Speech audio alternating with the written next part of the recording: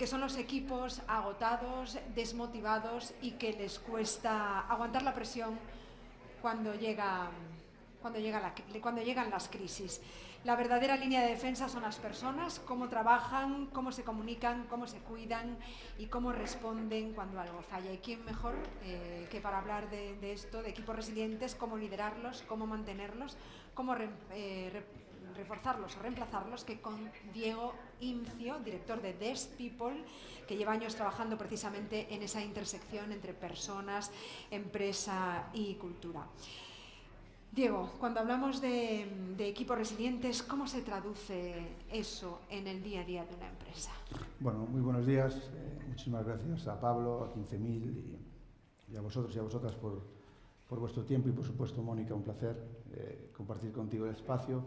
Yo siempre os digo lo mismo cuando participo, no traigo un manual, traigo siempre que voy a un foro, me gusta traer mis errores y mis aciertos, porque creo que en el mundo binomio negocio-personas, ojalá tuviéramos un manual para que los dos siempre estuvieran de la mano. Me gusta mucho el concepto que dices de que a veces, desde mi punto de vista, parece que una empresa es resiliente en función de sus personas, ¿no? Y desde mi punto de vista, una empresa es resiliente en función de sus equipos, ¿no? Sí que es cierto que la resiliencia se puede trabajar a nivel personal, pero todo lo que escuché esta mañana, que evidentemente es un máster para mí, al final esto lo primero que va a indicar es el equipo, ¿no? Yo soy muy pragmático y creo que a veces nos complicamos la vida con las personas, y las personas somos más simples y buscamos cosas mucho más fáciles, ¿no? Yo aquí te hablo de 3 pilares y para mí son higiénicos. Yo la palabra higiénico la utilizo mucho. A veces a mí me piden cosas que están en el 4º piso y pregunto 4 cosas, pero si no tenemos cimientos aún, ¿no? El primero es claridad. Fallamos mucho en que las personas sepan el contexto de la empresa, el propósito de la empresa, su puesto de trabajo, cuáles son sus vértices, sus aristas, cuáles son los problemas, porque ya sabemos que puede haber problemas en el puesto de trabajo. Entonces, las reglas de juego, el primer pilar siempre es la claridad. Hay que hablar con las personas, y las personas se toman muy mal, porque no son tontas, que no seamos claros, ¿no? El segundo, la confianza, ¿no? Una vez está marcado el primer pilar, tenemos que abrazar, y lo digo así, la discrepancia y trabajarla. Creo que estamos perdiendo un poco la paciencia con las personas, os lo reconozco. A veces llego a casa también, mi padre me dice, ya te dije que no te dedicaras a eso, pero creo que tenemos que abrazar la discrepancia. Hay muchas cosas que no se pueden discrepar, pero en otras sí se puede discrepar. Y es necesario la discrepancia, ¿no? Un consejo de administración, un comité de dirección, un empleado tiene gafas distintas, ¿no? Y eso es lo que tenemos que entender, ¿no? Y pues capacidad de adaptación. Yo creo que utilizamos muy poco nuestros errores. Yo, con mis errores y con mis aciertos, evoluciono, intento que los errores, ese famoso dicho, ¿no? Que tropezamos 2 veces en la piedra, bueno, por lo menos la tercera no, ¿vale? Entonces yo creo que estos son los 3 pilares. Cuando yo entiendo resiliencia, claridad, confianza y capacidad de aprendizaje. ¿Y qué hace un líder para construir esa resiliencia en un equipo? Bueno, yo siempre digo lo mismo cuando a veces me critican a los líderes, los empleados y empleadas, y a veces también incluso el consejo, y yo digo cosas, mira, nos piden carnet para conducir, nos piden un certificado para poder utilizar esta IA y demás. A mí hay 2 cosas que no me pidieron un carnet para poder serlo: ser padre y ser líder. Dame tu carnet para ser padre y dame tu carnet para ser líder. Entonces, yo muchas veces me pongo en los zapatos de líder, y cuando estoy en los consejos de administración en los que estoy invitado, le digo siempre a las empresas, hay que ayudar al líder, a la líder, hay que ayudarla. Porque el 83%, lo dicen los datos, no elegimos a nuestros líderes por su capacidad de gestionar personas. A nuestro director de producción lo elegimos en primer lugar por cómo maneja la capacidad ociosa, el balanceo de la materia prima, el mantenimiento de las máquinas, eficiencia y productividad. Y ahí por el tercero o cuarto, que no sea ñu, ¿no? Por lo tanto, el PowerPoint queda muy bonito. Pues Diego, elige líderes que lo primero gestionen personas. Ya. Y eso es muy... Entonces, primero, a la empresa le pido ayudarlas, porque no es fácil. Y a veces nos tomamos un poco a broma el tener una persona a cargo. Imagínate, conozco personas que tienen 20, una barbaridad de personas, ¿no? Y pues a los líderes lo que le pido es, y me lo pongo a mí también, ¿vale? El primero en la frente, humildad y autocrítica. No pasa nada.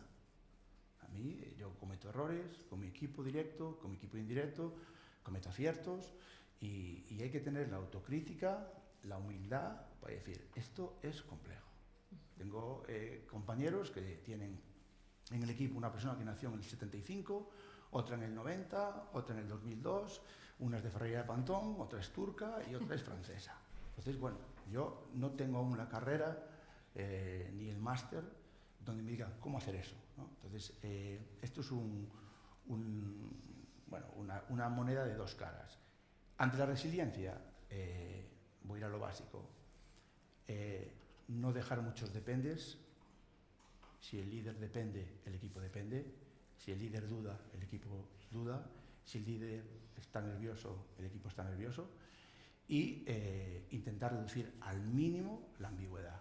A mí el líder, cuando las cosas van bien y no lo veo, y cuando las cosas van mal veo al líder, para mí esa es la definición de líder, ¿no? Total. Y hablando de desgaste, ¿qué relación hay entre resiliencia y reducción de bajas o absentismo? ¿Y qué se puede hacer de forma realista para evitar ese desgaste? Vaya melón el absentismo, ¿eh? Casi paso palabra a ellos y a ellas.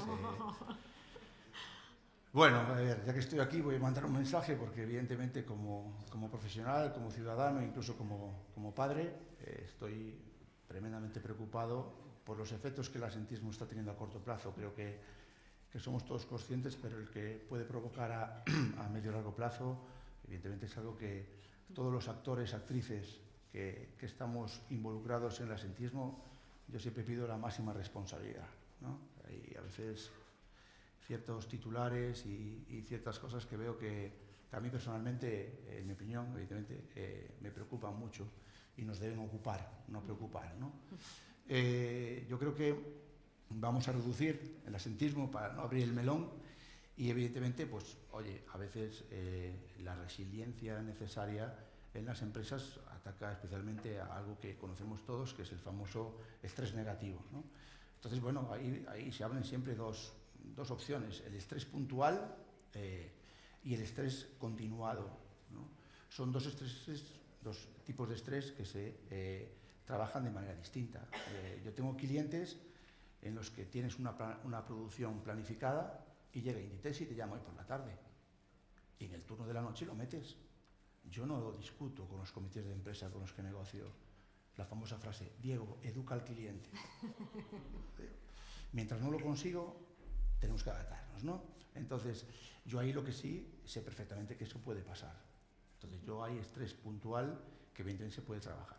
Cuando el estrés es continuado, sin picos muy importantes como el ejemplo que acabo de poner, que hay un cliente que tiene unas condiciones que hace que tengas que producir, ahí puede venir desde el dimensionamiento de plantillas, desde una mala configuración del equipo, desde una mala utilización de la capacidad ociosa de nuestros equipos. Bueno, en cuanto a la residencia, claramente el estrés, clases de yoga, poner servicios de psicología, por supuesto, me vais a ver ahí, eso siempre lo defiendo, pero el estrés se trabaja con hábito, con procedimientos y con comunicación. Y para retener talento en equipos exigentes, ¿cómo se retiene a los mejores sin quemarlos y sin perderlos por el camino? Quizás de nuevo nos obsesionamos mucho por retener a las personas y eso hace que perdamos el foco, que lo que tenemos es que fidelizarlas. Hoy las cosas están cambiando, como que pensar que vamos a tener a una persona toda nuestra vida. Yo creo que nos tenemos que centrar en fidelizar, a veces lo más rápido, y lo entiendo perfectamente, yo también lo tengo hecho, vamos a lo rápido, que es pagar, lo cual cubre una parte muy importante del compromiso entre dos personas, que es la satisfacción. El compromiso lo trabajamos de satisfacción, condiciones, teletrabajo, seguro médico, todo lo que ahí ya conocéis. pero sobre todo cuando hay conceptos de resiliencia hay que trabajar la motivación, ¿no? Y la motivación fundamentalmente, las 3 válvulas, la maestría. He conocido a mucha gente buena, he conocido a mucha gente vaga, no he conocido a nadie que se quiera poner rojo. Entonces, lo primero es que la gente lo que tiene que hacer lo sepa hacer o le ayudemos a saber hacer. Eso es maestría. Después la autonomía. Seguimos queriendo poner a veces puertas al campo, ¿no? La autonomía desde los 2 años. Hay autonomías gacelas, hay autonomías elefantes, pero tenemos que dar a nuestros equipos darle autonomía y que se equivoquen. Y lo tercero, el propósito. Que el propósito sí que suena mucho desde que vino la pandemia, pero maestría y autonomía es muy importante. Entonces, ¿cómo fidelizamos las personas? Intentando conseguir ese compromiso durante el tiempo que estén. Si mañana no están con nosotros, si hemos trabajado el compromiso, hablarán siempre bien de nosotros y posiblemente volverán. Seguramente. A la hora de tomar decisiones difíciles, ¿cómo saber cuándo hay que reforzar un equipo y cuándo toca reemplazar piezas? Bueno, aquí no guiarnos solo por el olfato. Siempre lo hice así. Esto funciona bien. Hay una película que yo os recomiendo, no voy a hacer spoiler, que es Moneyball, que lo protagoniza Brad Pitt, una historia real, no digo más. De hecho, nosotros tenemos un modelo matemático basado en People Analytics y en Data Science, que es a través de allí hacemos los dimensionamientos de plantilla, ¿no?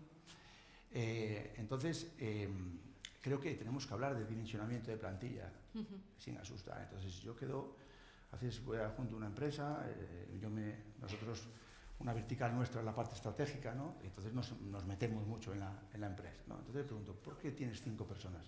No lo sé. Llegué aquí y me dijeron que 5 siempre fue y tal. ¿O por qué tienes 4? Entonces, claro, tenemos que tener dimensionamiento de plantillas. Oye, yo tengo que hacer esta función. ¿Cuántos puestos de trabajo necesito? No hablemos aún de las personas. Entonces, antes de hablar de las personas, y yo soy muy de personas, voy por delante, ¿vale? Pero yo antes de hablar de personas, ¿cuántos puestos de trabajo necesito y qué puestos de trabajo necesito? Cuando eso lo tengo bien pintado, bien dimensionado, bien estudiado, ¿ves? Ahora cojo las personas y las coloco, ¿vale?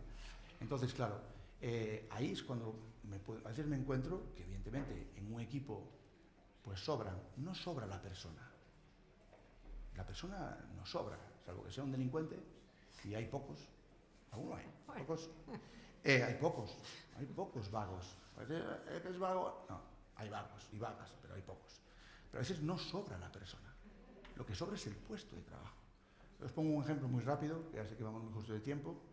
En el último mes, en una empresa donde hay 3 turnos de trabajo, ¿vale? Había bastantes incidencias en el turno de tarde y empezábamos a ver una desviación de asentismo, ¿vale? Ahí me fui yo, estuve una semana en el turno de mañana, una semana en el turno de tarde y una semana en el turno de noche, haciendo lo mismo que ellos. Bueno, no os voy a contar la historia, simplemente, ¿qué detecto? Que en el turno de noche sobra un puesto de trabajo. Ese puesto de trabajo yo no eché a nadie, pero yo tenía instrucciones de echar a gente por el comité de dirección. Y entiendo el comité de dirección, ¿vale? Entonces, simplemente cogí con esa persona que ocupaba ese puesto de trabajo y negocié con ella. Esa persona ahora la pasé al turno de tarde. De primeras, la conflictividad del turno de tarde se terminó. Ahora hay un par de personas de baja que yo ya me he puesto en contacto con ellas y espero traerlas. ¿Por qué? Porque en el turno de tarde las personas estaban sufriendo. Pero no porque las personas no quisiesen trabajar, sino porque había un mal dimensionamiento. Y a veces las personas, esto también es otro debate, ahora ven cómo protegerse. Y tenemos una jurisprudencia, no abro ese melón, tenemos una jurisprudencia que dicen, oye, yo tengo miedo y me protejo. Y el asentismo, por ejemplo, pues te protege, es así. Y entonces, ¿cómo puedo saber qué personas necesito? Ojalá que no. ¿A qué personas tengo que echar?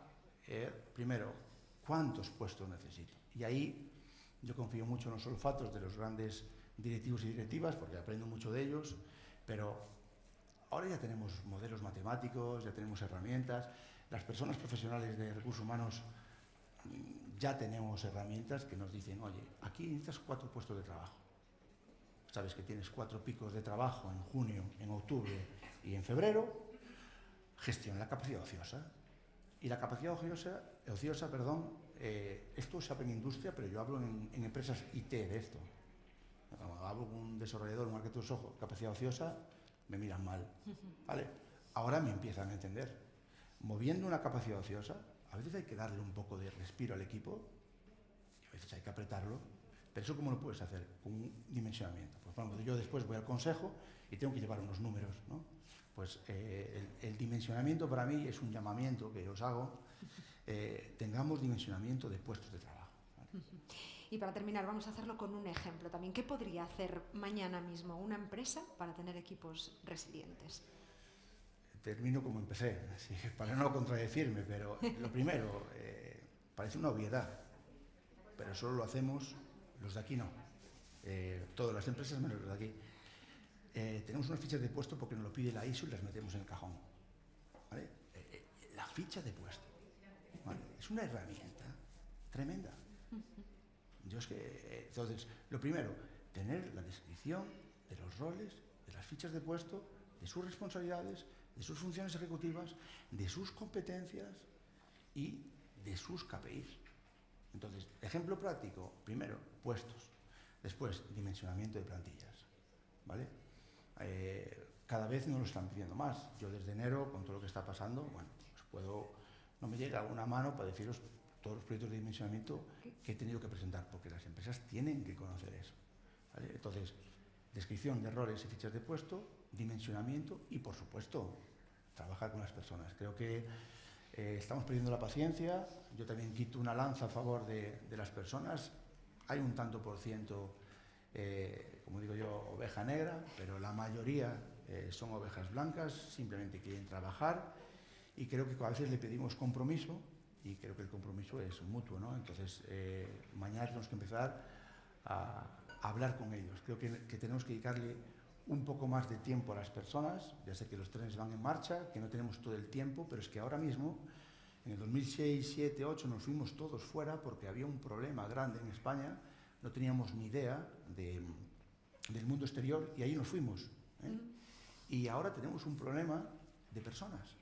Entonces, yo nunca he visto tanto capital en el mercado, yo me puedo financiar más fácil ahora que hace 20 años, nunca he visto tantos proyectos para mis clientes, y ahora lo que nunca he visto, que a veces no tenemos personas para ejecutar esos proyectos. Entonces creo que ahora sí que tenemos que dedicarle un tiempo importante a las personas. Pues muchísimas gracias, Nada, Diego, vosotros. por tu charla. Gracias. Seguimos. Atención a las personas.